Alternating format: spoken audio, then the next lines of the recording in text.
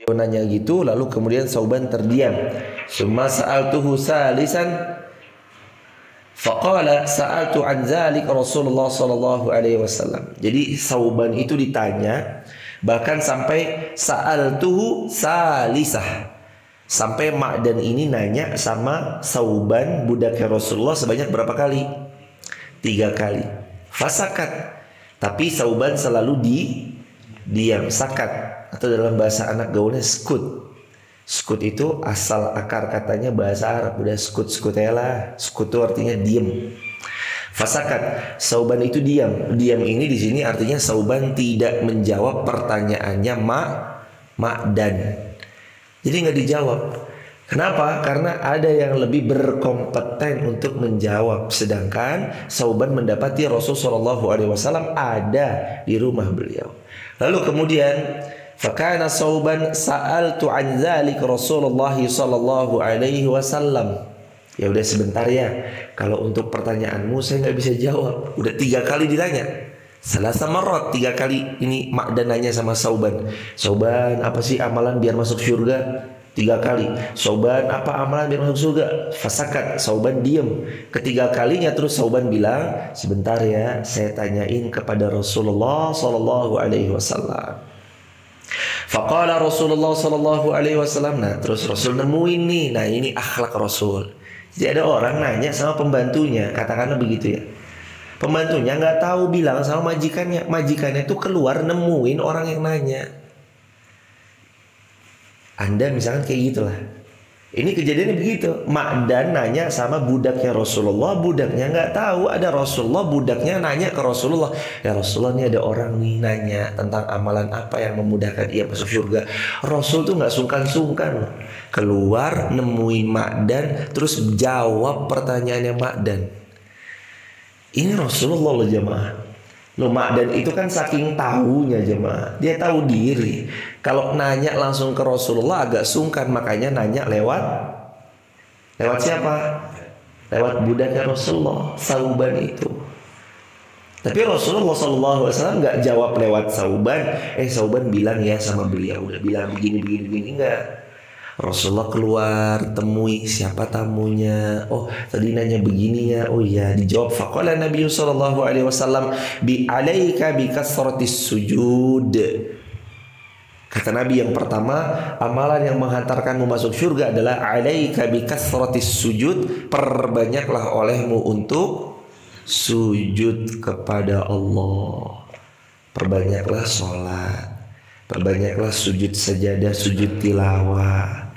Termasuk loh sujud sajadah, sujud tilawah yang kita gaungkan ke Masjid Fatimah Garung setiap Selasa, Jumat, Ahad. Itu kan dalam rangka aktsirus sujud. Fa'aksirus sujud, memperbanyak sujud. Memperbanyak sujud. Karena biasanya kita sujud itu 4 kali. Ketika ada sujud sajadah, kita sujudnya 5 kali. Dan ini perintah Nabi SAW, amalan yang mengantarkan ke dalam surga. Ini satu hadis. Apalagi hadis kemarin, ketika Rasul bersabda, iblis berkata, celaka aku, celaka aku, celaka aku. Anak Adam disuruh sujud, dia mau bersujud, baginya surga. Celaka aku, celaka aku, celaka aku. Aku disuruh sujud, aku enggan bersujud, maka bagiku neraka. Begitu kata iblis, kata syaitan. Makanya amalan yang mengantarkan ke surga dikuatkan hadis Muslim, dikuatkan lagi di hadis ini. Alaika bikasratis sujud. Kamu harus perbanyak sujud. Ada hikmah yang pertama itu Rasul tidak sungkan-sungkan bertemu sama kawannya budak beliau. Kan kadang ada orang begitu ya. Misalkan contoh, majikan punya pembantu. Pembantu ini dapat teman dari kampung, bawa teman dari kampung. Kira-kira majikan mau ketemu nggak sama itu terus ngobrol bareng? Kan rata-rata enggak. Siapa mbak? Temennya bu, temennya pak. Oh ya udah, paling begitu doang. Rasul enggak. Ini Sauban punya teman Ma'dan, nanya sesuatu, Rasul keluar menemui, menjawabnya. Allahu Akbar. Oke, Rasul itu gaul sama orang-orang yang bawah. Ya bisa bergaul sama para miliarder triliuner, ya bisa. Ini Rasulullah. Maka besok kalau Anda, saya, kita semua ketemu sama case yang sama, yuk jamaah kita praktekin. Ya sama pembantu ya kita bergaul, sama orang-orang atas ya kita bisa bergaul. Dalam bahasa lain, buatlah diri Anda itu naik hijet ya bisa, naik helikopter ya nggak norak. Iya, naik hijet ya biasa aja. Naik hijet ya biasa aja. Emang dari dulu mah juga begini-begini aja. Ngapain harus nggumun naik hijet? Nanti pas naik helikopter ya nggak norak. Helikopter, ayo siapa yang mau minta duit? Sini minta duit, saya lempar dari helikopter. Nggak norak juga. Biasa aja naik helikopter. Ya udah, nikmatin. Baca doa jangan lupa. Begitu jamaah. Anak-anak kita juga kalau bisa begitu, biasa makan nasi yang murah ya bisa, makan nasi yang mahal ya bisa. Kehidupan pesantren yang nanti menghantarkan sesekali pondok, sesekali, meskipun kita tahu ya berikan beras terbaik, tentu itu anjuran Nabi juga. Tapi bukan berarti lantas kemudian anak-anak kita itu dimanjakan dengan beras harus kualitas terbaik pulen. Karena bahkan kami pernah mondok di pondok pesantren Mambaul Furqan Lewiliang Bogor 2012 ketika kami menghafal Al-Quran. Pasca lulusnya daripada Madrasah Mu'alimin Jogja, kami pernah makan daripada nasi yang ketika diserok kerutuk. Dan biasa aja. Makan nasi aking ya biasa aja. Makan nasi yang harganya sekilo 7.500 biasa. Makan yang harganya 11.000 biasa, makan yang 14.500, barito yang super duper premium, kalau dimasak wangi satu ruangan ya biasa aja. Harus biasa begitu jemaah.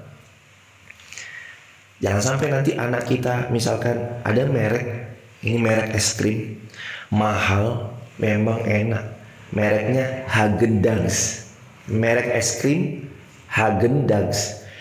Anak kita biasa makan es krim Häagen-Dazs, mahal, mewah, luar biasa. Sekalinya dikasih es krim tong-tong muntah dia. Sekalinya dikasih merek apa gitu di bawahnya Häagen-Dazs muntah dia. Jangan, biasain. Hidup sederhana ya bisa. Hidup berbalut dengan titipan Allah yang mewah itu ya bisa, nggak ngumun. Ini Rasulullah tuh ngajarin kita begitu jemaah. Ada temannya Sauban, ini kan temannya budaknya jemaah. Lah budak itu kan dalam Islam lebih rendah dari pembantu. Kasta manusia yang paling rendah adalah budak. Tapi Nabi SAW tetap gaul. Ini teman budaknya. Oh iya, ada yang nanya. Oh iya, Nabi temui, Nabi jawab. Coba hari ini kalau Anda ketemu sama orang yang punya jabatan, bisa ketemu nggak kira-kira Anda? Kalau bukan orang yang tinggi jabatannya, punya power, sulit ketemu jemaah. Pak, mohon izin kami dari ini, mohon izin audiensi, bisa ya? Maaf saya keluar kota. Oh kalau pekan depan, oh saya sudah terjadwal. Maaf, oh saya begini. Kan kadang begitu ya jemaah. Kecuali kalau Anda sama punya bargaining yang sama. Anda adalah bupati, ini adalah yang mau Anda temui adalah wali kota, itu punya bargaining yang sama, mungkin atur jadwalnya lebih mudah. Pak maaf, ini ada tamu dari Bapak Bupati Jawa Timur mau ketemu sama Bupati Wonosobo. Oh ya baik, kita agendakan ya, nanti makan siangnya di sini, tolong disiapkan. Punya bargaining yang sama. Tapi kalau enggak, misalkan katakanlah kita nih cuma seorang budak biasa, pembantu. Misalkan kita bilang kita pembantu karena sekarang nggak ada perbudakan ya, kecuali di beberapa bagian negara dan itu pun sudah tipis banget. Kita seorang pembantu pengen ketemu sama orang yang mulia, kira-kira bisa nggak? Coba jamaah, bisa nggak kira-kira? Rata-rata nggak bisa jamaah. Oh maaf ya bapak, waktunya full. Gitu. Oh maaf ya bapak, nanti udah kesini ke situ. Rasulullah manusia paling mulia, dijamin padanya surga, mau nemuin teman budaknya. Bayangin mulia apa, kayak apa mulianya akhlak Rasulullah jemaah. Ini bukan pembantu ya jemaah, budak, lebih di bawah pembantu. Kasta terendah manusia ya budak. Beliau nemuin, jawab pertanyaannya. Allahu Akbar. Ya Allah, kita nih masih jauh. Kita mah masih seuprit, songongnya bukan main, sombongnya kebangetan. Ya Allah, ilmu gak seberapa, jabatan gak punya, harta yang gak punya. Aduh, kemelinti, kemaki, sombongnya kebangetan. Pengen orang ketemu, oh maaf ya saya sibuk. Allah, padahal gak ngapa-ngapain. Kecuali Anda beneran, mohon maaf saya belum bisa nemuin, ini lagi ada kegiatan, ini lagi itu, ini lagi itu. Itu aja. Tapi kalau Anda gak lagi ngapa-ngapain terus Anda bilang pura-pura sibuk, maaf jadwal saya penuh, padahal Anda gak ada jadwal sama sekali, misalnya begitu. Allah. Maka jamaah ini teladani ala Rasul. Ini hikmah yang pertama, Masya Allah, Rasul Sallallahu Alaihi Wasallam mulianya luar biasa. Itu manusia mulia, dicintai Allah Azza wa Jal, menemui temannya budaknya dan menjawab pertanyaannya. Yang pertama apa? Alaika bikasratis sujud. Bantu aku untuk kamu bantu aku agar kamu masuk surga dengan memperbanyak sujud, kata Rasulullah. Fa innaka la tasjudu lillah sajdatan illa rafa'aka Allahu biha darajat wa hatta 'anka biha khati'ah. Kata Nabi begini, udah sujud dia minta kan, ya Rasulullah terus amalannya apa biar saya masuk surga? Kata Nabi, ya udah kamu perbanyak sujud. Nggak berhenti sampai situ. Nabi jelasin lagi. Kata Nabi SAW, fa innaka la tasjudu lillah sajdatan illa rafa'aka Allahu biha darajat wa hatta 'anka biha khati'ah. Karena kalau kamu perbanyak sujud, nanti Allah tinggikan derajatmu dan Allah akan menghapus kesalahan-kesalahanmu. Allahu Akbar. Coba, udah dikasih amalan, masih dijelaskan. Biasanya kan kadang orang udah punya jabatan, ketemu sama yang di bawahnya, ini begini pak, ini begini. Ya besok, kan begitu kan? Mas Jo pernah ketemu nggak sama, terus bilang apa beliau? Ya besok. Pernah nggak dijelasin detail? Ini jadi begini ya, mohon pengertiannya. Jadi nanti akan begini skemanya, begini. Itu loh Rasulullah. Rasulullah nggak bilang terus alaika bikasrati sujud, Jo pulang, enggak. Wes bali wae, enggak. Alaika bikasrati sujud. Kamu perbanyak sujud ya. Karena kalau kamu perbanyak sujud, nanti Allah angkat derajatmu. Nanti Allah hapuskan kesalahan-kesalahanmu. Masih dijelasin sama Rasulullah, bayangin. Udah dikasih tahu plus diberikan rincian penjelasannya. Kurang mulia apa? Rasulullah SAW. Itulah Rasulullah. Qala Ma'dan, kemudian Ma'dan bilang, summa laqitu Aba Darda fasa'altu faqala li misla ma qala li Sauban. Lalu kemudian aku ketemu sama Abu Darda. Ya, Abu Darda yang jawab persis seperti jawabannya Sauban ketika Sauban mendengar daripada baginda Rasul sallallahu alaihi wasallam. Ya, intinya lah begitu kurang lebih. Kama qala, atas bagaimana Nabi sallallahu alaihi wasallam bersabda. Jadi intinya perbanyak sujud. Ini amalan yang memudahkan kita masuk ke dalam syurganya Allah, diampuni dosa dan diangkat derajat. Ini hadis yang pertama. Hadis yang kedua dari Ibnu Abbas dari Nabi sallallahu alaihi wasallam, anna Nabi sallallahu alaihi wasallam umirtu an asjuda ala sab'ati a'zam wala akuffa thawban wala sya'ran. Dari Nabi bersabda, aku diperintahkan untuk bersujud dengan 7 tulang dan agar aku tidak menahan untuk mengumpulkan dari pakaian dan rambut. Jadi maksudnya Nabi itu suruh sujud oleh Allah, 7 tulang itu bersentuhan dengan tanah atau alas sujud. Yakni bisa ba'ati a'zumin. 7 tulang itu apa aja? Yuk kita rinci. 1 wajah, 2 telapak tangan, totalnya berapa? 3. Lutut 2 nyentuh bawah, totalnya 5. Kaki 2, totalnya 7. 7 itu, ya kan? Wajah hitungannya 1 ya. Wajah, telapak tangan 2 nyentuh sujud, lutut nyentuh sujud, dan ujung kaki, mohon maaf di sini, nyentuh sujud. 7 tulang. Aku diperintahkan oleh Allah Subhanahu wa taala untuk bersujud dengan 7 tulang. Ini perintah Nabi, perintah Allah kepada Nabi Shallallahu Alaihi Wasallam. Jadi kalau sujud, tulangnya ini semua nyentuh ke tanah, wajahnya, kedua tangannya, kedua lututnya, kedua kakinya. Next,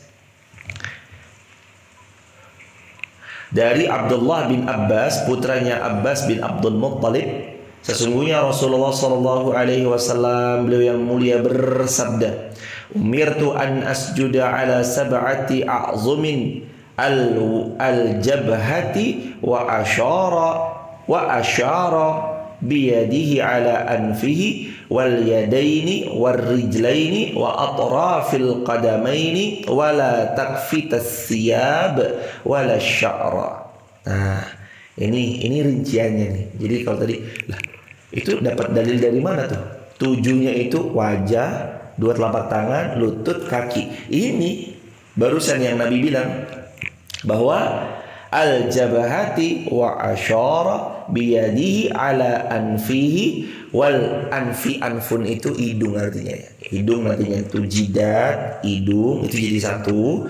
Wal yadaini 2 tangan, 3. War rijlaini, lalu kemudian rijl kaki 2, 5. Wa atrafil qadamain, lalu kemudian telapak kaki yang qadamain 2. Berarti totalnya berapa?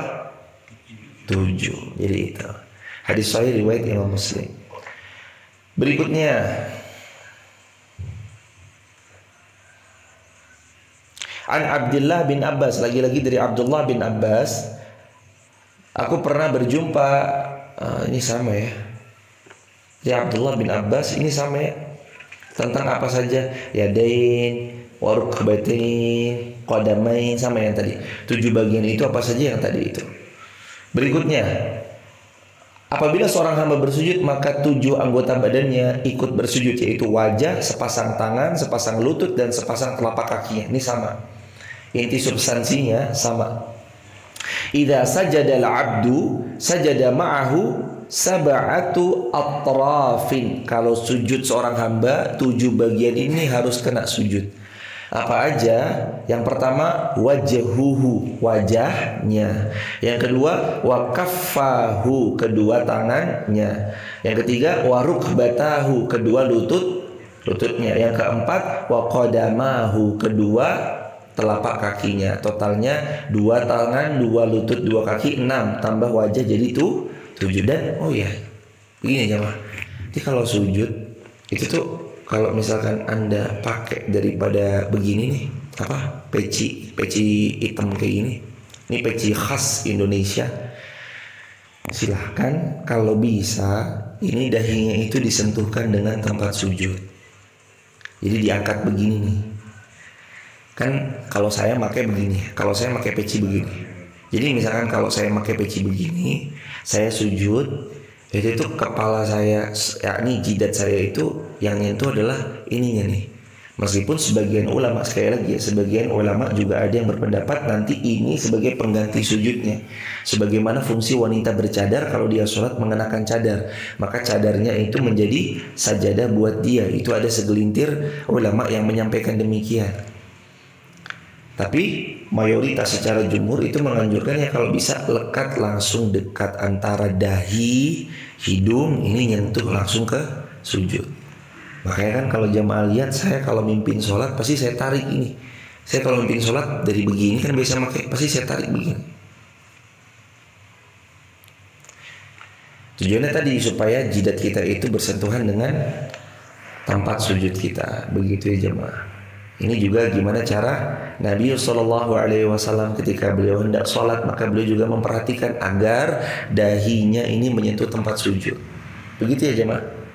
Ada macam-macam juga nanti, ada daripada min asari sujud, nanti Allah titipkan daripada laki-laki itu bisa punya bekas-bekas daripada sujud, maka nanti kita mendapati laki-laki yang sininya ada tanda hitamnya, ini bekas sujud karena beliau luar biasa sujudnya sama Allah. Meskipun yang tidak ada bekasnya bukan berarti nggak ahli sujud, mungkin karena di rumahnya sejadahnya terlalu empuk, makanya ibaratnya masih tidak ada misalkan bekas hitamnya. Misalkan kan bisa-bisa aja terjadikan hal itu. Nah, perempuan-perempuan itu gimana? Allah jaga perempuan-perempuan daripada wajahnya tidak ada bekas sujudnya, ya karena Allah memuliakan perempuan-perempuan, kan begitu ya. Perempuan pernah nggak ngeliat perempuan di sini ada bekas sujudnya? Tidak kan? Apakah berarti perempuan ini nggak pernah sujud? Ya enggak juga toh. Mereka ahli sujud, mereka beribadah kepada Allah, mereka sholat. Cuman tadi aja sedikit ada yang memang ditampakkan, ada yang memang tidak nampak. Padahal beliau adalah min ahlis sujud, daripada orang-orang yang ahli sujud. Next, Nabi sallallahu alaihi wasallam mengatakan 7 ini sama 7. Anas, siapa Anas nih? Anas bin Malik, siapa yang Rasul sallallahu alaihi wasallam? Khadim Rasulullah SAW. Ada khadim, ada maula. Apa bedanya? Maula itu budak, khadim itu artinya pembantu. Apa beda budak sama pembantu? Budak itu didapatkan dengan 3 cara: hadiah, tawanan perang, atau dibeli. Awalnya tawanan perang, lalu kemudian bisa dibeli, bisa dihadiahkan. Jadi besok misalkan terjadi pertempuran kufar lawan kaum muslimin, ada kaum kufar kalah, tertawan 80 orang, itu ditawan jadi budak. Kalau enggak ditebus. Karena kan pernah minta tebusan. Karena Nabi SAW juga pernah, siapa yang mau mengambil daripada tawanan perang, tebuslah. Di antaranya Zainab putri Nabi, mendapati suaminya Abul As ternyata tertawan. Nebus pakai kalungnya Bunda Khadijah, yang waktu itu Bunda Khadijah ngasih ke Zainab. Ketika dibawa ini kalung mau dikasih ke Rasulullah, Rasulullah kenal, ini kalung kayak saya kenal, kalungnya Khadijah. Kalung buat apa ini? Tebusan dari Zainab putri Anda ya Rasulullah terhadap suaminya Abul As. Karena suaminya Zainab waktu itu masih kafir, belum turun ayat untuk berpisah. Seketika kemudian, maukah sahabat kamu ikhlaskan ini kalungnya Khadijah, kembalikan pada Zainab, pulangkan Abul As tanpa harus ditebus. Tapi dengan syarat agar Abul As nanti langsung menceraikan. Karena langsung turun ayat, tidak boleh. Ini beda agama, menikah dalam satu atap nggak boleh, kecuali harus bercerai berpisah. Kalau mereka berhubungan biologi suami istri, jatuhnya pada zina, nggak boleh. Lalu akhirnya bercerailah kemudian Abul As dengan Zainab. Zainab kemudian tinggal di Madinah, Abul As masih di Makkah. 6 tahun mereka saling menyimpan rasa. Akhirnya Abul As masuk ke dalam agama Islam. Ketika masuk Islam, Abul As kemudian menikahi Zainab, menikah dalam iman. Nah ini jamaah menjadi tebusan. Jadi begitu ya. Ini bedanya budak sama pembantu. Kalau pembantu itu bukan budak. Pembantu itu bukan budak. Dia adalah orang yang kita minta untuk menjadi asisten di rumah tangga kita, membereskan pekerjaan rumah tangga kita yang kita bayar sesuai dengan jam atau apa yang lainnya. Jadi beda. Budak itu kasta terendahnya manusia. Ini manusia kalau jadi budak itu kasta terendahnya. Tuannya nyuruh ini nyuruh itu, nggak digaji pun nggak apa-apa, karena emang udah milik tuannya itu kalau budak. Nggak digaji pun nggak apa-apa. Mau dikasih pun ya silahkan tuannya, tergantung tuannya. Begitu. Nabi sallallahu alaihi wasallam, kata Anas bin Malik, khadim Rasulullah sallallahu alaihi wasallam, pembantunya Rasul sallallahu alaihi wasallam, i'tadilu fis sujud wala i'tadilu fis sujud. Hendaknya kalian itu berbuat adil ketika kalian sujud. Wala yabsut ahadukum zira'aihi inbisatal kalb. Nah, ini saya kasih tahu jemaah. Nabi bilang, i'dilu fis sujud. Kalian tuh dalam sujud berbuat adil. Maksudnya ya sujudnya jangan sampai gede banget, nanti kanan kirinya nggak kedapetan. Adil. Yang benar sujudnya jangan sampai kegedean sampai kanan kirinya nggak dapat. Terus Nabi bilang, wala yabsut ahadukum zira'aihi inbisatal kalbi. Jangan kalian sujud meletakkan tangannya sebagaimana seekor anjing meletakkan tangannya. Ini larangan Nabi SAW dalam sujud. Nabi melarang kita sujud seperti seekor anjing yang meletakkan tangannya seperti ini. Ini gak boleh, haram, tidak boleh. Larangan dari Nabi SAW. Gak boleh ya begini. Jadi ini nyentuh rata sama ini begini. Terus dia sujud begini. Ini Nabi Sallallahu Alaihi Wasallam melarangnya. Larangan Nabi dalam hadis yang berarti pengharaman, nggak boleh. Nah, terus gimana yang benar? Seperti ini. Diangkat jemaah. Wajah, dua telapak tangan, lutut, kaki. 7 bagian. Jadi ini tangannya diangkat. Wala yabsutu ahadukum kalkal. Jangan kalian letakkan tangannya seperti anjing begini. Ini nggak boleh nih, sujud begini nggak boleh nih. Ya, yang begini nggak boleh. Maka dia diangkat begini. Jangan sujud seperti anjing itu duduk. Itu nggak boleh. Begitu hadirin jamaah yang dirahmati Allah. An Syu'bah bihadzal isnad, ini Syu'bah juga meriwayatkan dengan sanad yang sama kayak di atas. Wala yatabassit ahadukum zira'aihi in bisatal kalbi. Jangan kalian letakkan daripada tangan kalian dalam sujud seperti anjing yang meletakkan tangannya. Itu nggak boleh ya jemaah. Tolong nanti, ibu tadi kelihatan nggak saya ngapain? Nggak kelihatan ya? Kelihatan sedikit. Jadi nggak bolehnya begini, Bu. Nah, tangannya begini nggak boleh kawan. Dilarang sama Rasulullah. Jadi kalau sujud begini itu seperti sujudnya nanti harus begini. Nah, diangkat. Gitu. Bukan seperti tadi ya. Bukan seperti tadi. Itu hadirin. An Bara qala Rasul sallallahu alaihi wasallam idza sajadta fadha kaffika warfa' mirfaqaika. Kata Rasul sallallahu alaihi wasallam, jika engkau bersujud, letakkan kedua telapak tanganmu di atas tanah, angkat kedua sikumu. Nah, ini perintah nih. Kata Nabi sallallahu alaihi wasallam, idza sajadta, kalau kamu sujud, fadha kaffika, tangan letakkan, warfa' angkat, mirfaqaika, siku kalian. Jadi siku tuh nggak boleh ikut begini ya jemaah, tapi diangkat begini. Nah, dan ya dilu berbuat adilah ketika sujud. Begitu barakallahu fikum. Udah waktu syuruk, silakan pertanyaannya 2 aja, maksimal 3. Fadhol, silakan Mas.